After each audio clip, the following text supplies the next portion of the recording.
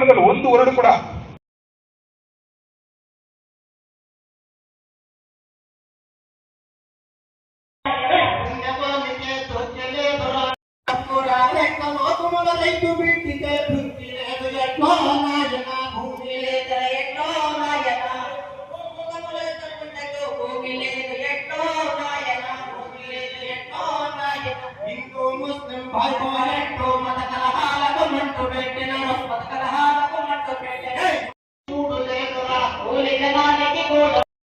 ಆಲೋಚಿಸಿದರೆ ಅವ್ರಿಗೂ ಸಹ ನಾವು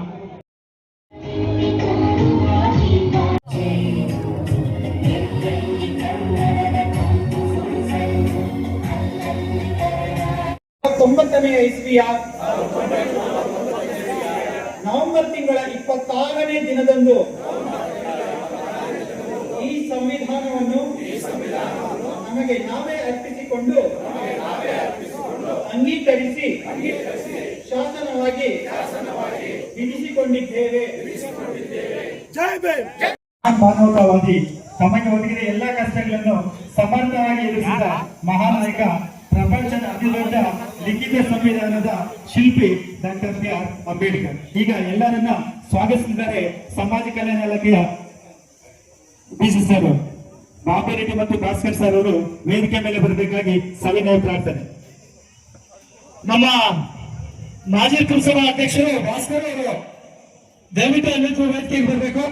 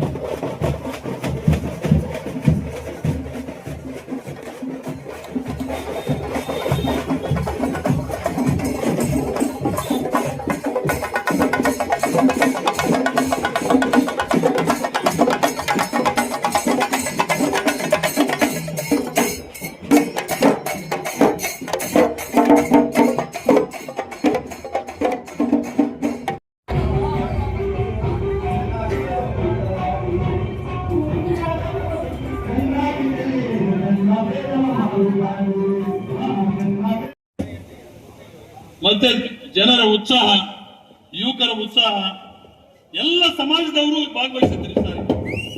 ಎಲ್ಲ ಸಮಾಜದವರು ಭಾಗವಹಿಸಿದ್ರು, ಎಲ್ಲ ಸಮಾಜಗಳವರು. ಅದು ವಿಶೇಷತೆ, ಅಂಬೇಡ್ಕರ್ ಅವರ ವಿಶೇಷತೆ. ಎಲ್ಲ ಸಮುದಾಯದವರು ಈ ಒಂದು ಪ್ರಶ್ನೆಯಲ್ಲಿ ಭಾಗವಹಿಸಿದ್ರು, ಮೆರವಣಿಗೆಯಲ್ಲಿ ಭಾಗವಹಿಸಿದ್ರು.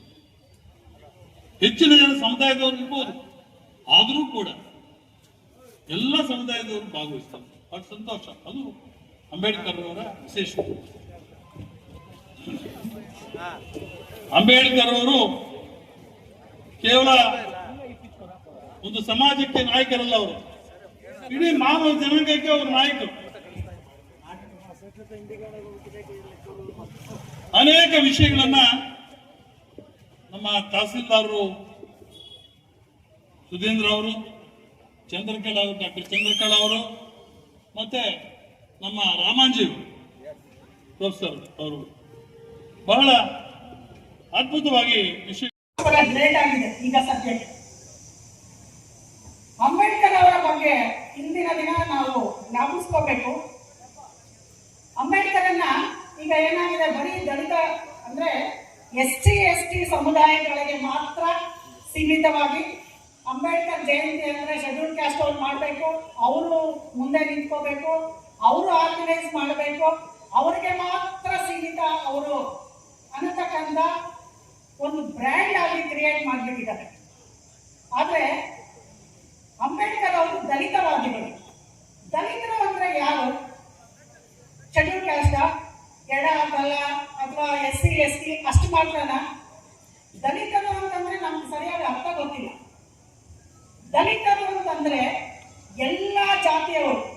ಐಕ್ಯತೆಯನ್ನು ಸಾರುವ ದಲಿತ ಹಿಂದುಳಿದ ಜನರ ಐಕ್ಯತೆಯನ್ನು ಸಾರುವ ಮುಸಲ್ಮಾನ ಕ್ರೈಸ್ತರೆಲ್ಲ ಒಂದುಗೂಡಿ ಸಾಗುವ ಮುಸಲ್ಮಾನ ಕ್ರೈಸ್ತರೆಲ್ಲ ಒಂದುಗೂಡಿ ಸಾಗುವ ಪುರೋಹಿತ ಶಾಹಿಯ ಬಣ್ಣ ಬಯಲು ಮಾಡುವ ಪುರೋಹಿತ ಶಾಹಿಯ ಬಣ್ಣ ಬಯಲು ಮಾಡುವ ಆದಿಜನರ ಶಕ್ತಿಯನ್ನು ಲೋಕಕ್ಕೆಲ್ಲ ತೋರುವ ಆದಿಜನರ ಶಕ್ತಿಯನ್ನು ಲೋಕಕ್ಕೆಲ್ಲ ತೋರುವ ಕೋಟಿ ಕಂಠ ಭೂಮಿಯೇ